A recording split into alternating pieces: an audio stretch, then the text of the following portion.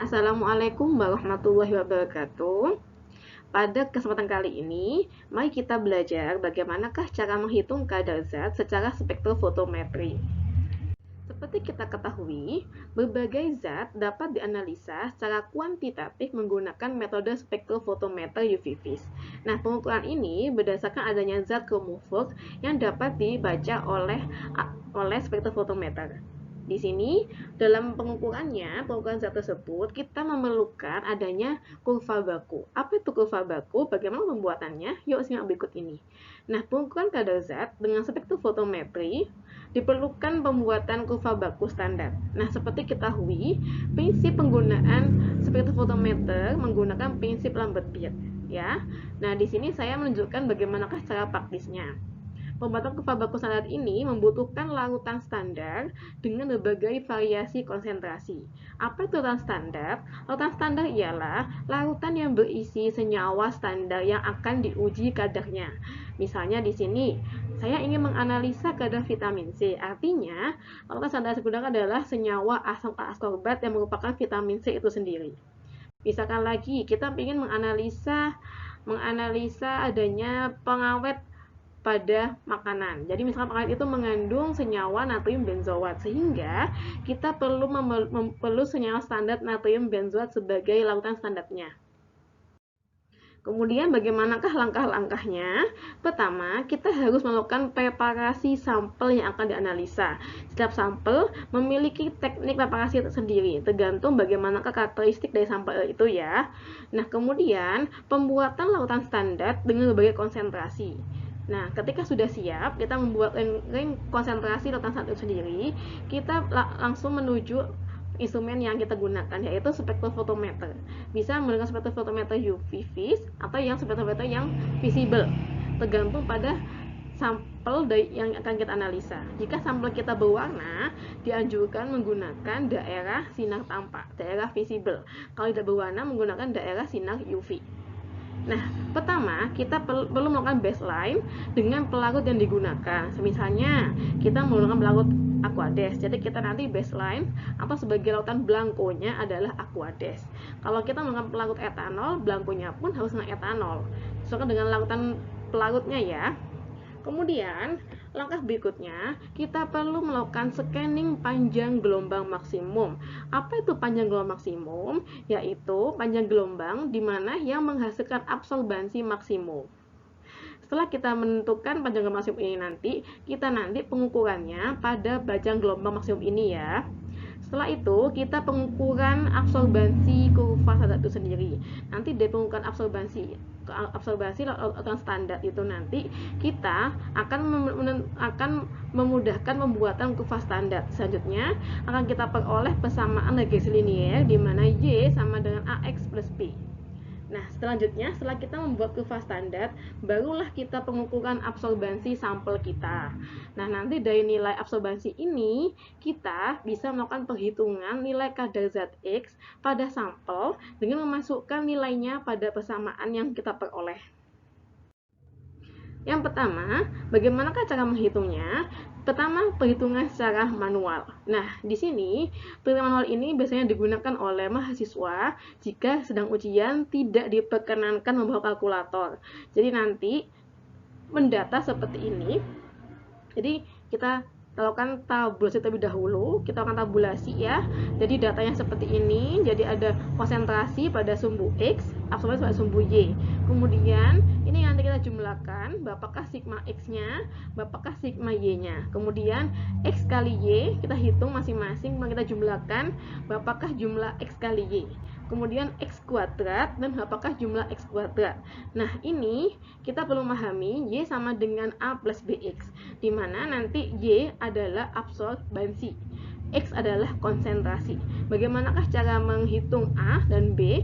Menggunakan rumus ini, ya. Jadi A di sini sebagai intercept, B sebagai slope-nya. Kemudian, memasukkan nilai slope dan intercept dari instrumen yang kita gunakan. Biasanya, beberapa instrumen telah melengkapi dengan data yang diberikan. Misalkan data yang diberikan ada langsung diketahui bagaimana grafiknya, bagaimanakah nilai slope-nya, bagaimana nilai intercept-nya. Hal tersebut sangat memudahkan kita untuk menghitung persamaannya.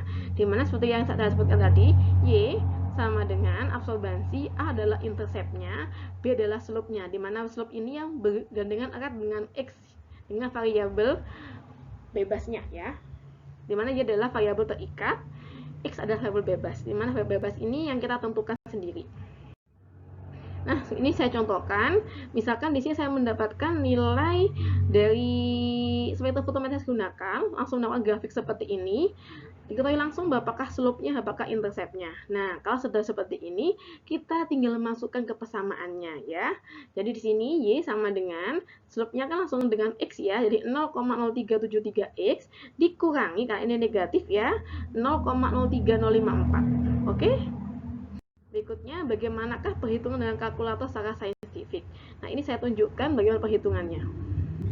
Perhitungan nilai slope dan intercept pada baku seperti ini yang menggunakan X linear, selain dapat menggunakan Microsoft Excel, dan ini kita juga bisa menggunakan kalkulator untuk menentukan persamaannya.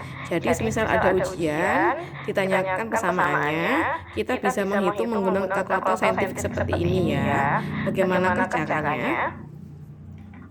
Di sini coba saya tunjukkan caranya. Yang pertama kita tekan tombol on ya. Kemudian kita tekan mode. Kita tekan mode. Di sini kita pilih mode 2, alimat mode yang start. Tekan 2. Nah, kemudian di sini kan kita ingin melihat persamaan regresinya. Jadi kita melihat persamaan di pilihan nomor 2 di mana kita memilih A plus BX. Nah, berbeda dengan yang di display alat tadi. Kalau alat tadi kan langsung menunjukkan apakah slope-nya, apakah intercept-nya. Kalau di sini di kalkulator ini, di sini kebalikannya. Jadi yang slope ini yang B, sedangkan intercept yang A. Jadi jangan kebalik ya. Yang slope itu yang berhubungan dengan X-nya ya. Nah, kita pilih nomor 2. Kita pilih nomor 2. Nah, nanti ada tabel seperti ini, kita memasukkan angkanya. Angkanya kita memasukkan angka ini tadi ya. Coba saya masukkan. Daya X ini berfungsi sebagai konsentrasi 1 ppm tadi kan ya, 1 ppm. Kita tekan tombol sama dengan ini. Sama dengan berfungsi sebagai enter juga. Kemudian yang konsentrasi kedua kita masukkan 3. Ini masukkan 3, kita tekan enter lagi. Kemudian yang konsentrasi ketiga kita tekan 5, masukkan enter lagi. Keempat kita masukkan 7, kita tekan enter lagi. Kemudian masukkan 9, enter. Nah, ini kita sudah memasukkan variabel konsentrasinya. Kemudian kita memasukkan variabel dari absorbansinya yang tepatnya pada sumbu Y. Nah, kita masukkan ya, pada konsentrasi ppm dia menghasilkan absorbansi 0,225. Jadi kita tekan 0. Maaf di sini. Jadi 0,225. Kita tekan enter ya. Berikutnya kita masukkan 0,698. Tekan enter. Kemudian kita masukkan 1,173. Kita tekan enter. Kemudian kita masukkan 1,612. Kita tekan enter. Kemudian yang terakhir kita masukkan yang untuk konsentrasi 9 ppm 2,087. Kita tekan enter. Nah, sudah seperti ini. Sekarang kita tinggal mencari apakah nilai A dan B-nya. Caranya kita tekan shift ya. Kita tekan start ini yang sama satu ini. Nah, kita pilih yang nomor 7 yang artinya regresi yang reg ini ya. Ya, tekan nomor 7. Nah, setelah itu kita tekan nomor 1, di mana tadi 1 sebagai intercept kalau di kalkulator ya. Kita tekan 1. Nah, sudah A sama dengan Nah, di sini nilai A sama dengan 5 kali 10 pangkat min 4. Min 5 kali 10 pangkat. Nah, ini kita cocokkan dengan di sininya. Nah, betul kan, jadi interseptnya tadi min 0,005. Jadi min 5 kali 10 pangkat min 4. Sudah sesuai kan ya? Kemudian kita melihat apakah nilai slope-nya. Shift sama kayak tadi start. Terus kita pilih 7 yang regresi ini, kita pilih yang nomor 2 alias yang B-nya ya. Nah, kita pilih nomor 2 di sini, tekan enter. Nah, di sini slope-nya adalah 0,2,319. Sedangkan di alat tadi menyatakan slope-nya adalah 0,32. Sama kan ya? Nah, jadi di sini sebagai alternatif ketika ujian, kalian tidak perlu membuka laptop untuk mencari Excel, bisa menggunakan Bandung kalkulator saintifik seperti ini. Berikutnya, bagaimanakah perhitungan regresi menggunakan Excel? Oke, di sini saya akan menunjukkan bagaimanakah caranya untuk mendapatkan persamaan regresi linier menggunakan Excel. Nah, yang langkah pertama yang perlu dilakukan yaitu menuliskan data yang telah diperoleh dari pengukuran spektrofotometer. Nah, di sini tuliskan nomornya berapa, kemudian konsentrasi sebagai sumbu X, absorbensi sebagai sumbu Y. Nah, ini saya misalkan di sini saya memiliki 7 sampel kurva memiliki 7 sampel data standar dari konsentrasi 10 ppm hingga 7 ppm. Nah, ini setelah saya ukur absorbensinya dengan spektrofotometer, saya data apakah masing-masing nilai absorbensinya. Kemudian langkah berikutnya ini bisa kita drag seperti ini. Nah, ini kita drag seperti ini ya. Kemudian kita di sini pilih scatter ini ya. Nah, kita pilih yang ini ya. Langkah berikutnya kita klik sini ya. Kemudian kita klik kanan. Kita pilih yang add timeline. Oke. Nah, di sini pada add timeline ini ada berbagai macam pilihan. Karena di sini topik kita membahas tentang regresi linier. Jadi saya pilih yang linear di sini ya. Kemudian di sini saya ingin mengetahui apakah nilai interseptnya, sehingga interseptnya tidak saya centang di sini ya. Kemudian saya ingin mengetahui apakah nilai kuadratnya, square-nya. Kemudian nah, ini saya ingin mengetahui apakah persamaannya, display equation on graph. Nah, jadi di sini berdasarkan hasil perhitungan dengan Excel, diketahui persamaannya adalah Y sama dengan 0,08x plus 0,2129. Ya, seperti kalian ketahui, slope-nya adalah yang berkaitan langsung dengan X, jadi adalah 0,028, sedangkan di sini adalah sebagai intercept-nya. Ya, jadi ini tergantung manakah yang X, manakah yang tidak berkaitan dengan X. Yang berkaitan dengan X sebagai slope, yang tidak sebagai intercept. Oke ya. Nah, ini dijawab nilai X kuadratnya adalah 0,976. Jadi bisa dikatakan grafik ini belum begitu linear. Yang linear adalah yang mendekati 1 alias 0,99. Semoga dipahami ya.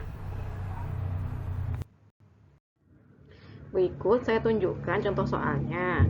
Misalnya gini, hitunglah kadar senyawa kafein pada kopi gonjang-ganjing jika diketahui absorbensi sampel kopi sebesar 1,69.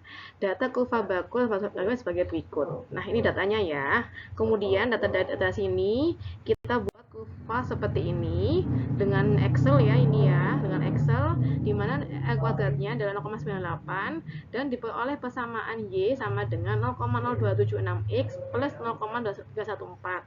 Bagaimana kita menghitung kadar kafeinnya? Nah, seperti kita ketahui, absorbensi kopi sebesar 1,69. Nah, ini persamaan kurvanya ya. Nah, ini cara menghitungnya. Jadi Y adalah absorbensi, kita masukkan nilainya. Kemudian ini yang kita berlaku perhitungan itu ya, perhitungan pindah ruas. Jadi ruasnya jadi negatif ya. Ini X-nya, berapakah X-nya? Jadi 1,46 dibagi 0,0276. Ketemu X adalah 52,8 ppm. Jadi kadar kafein dalam kopi gonjang-ganjing sebesar 52,8 ppm. Sekian penjelasan dari saya. Selamat belajar. Assalamualaikum warahmatullahi wabarakatuh.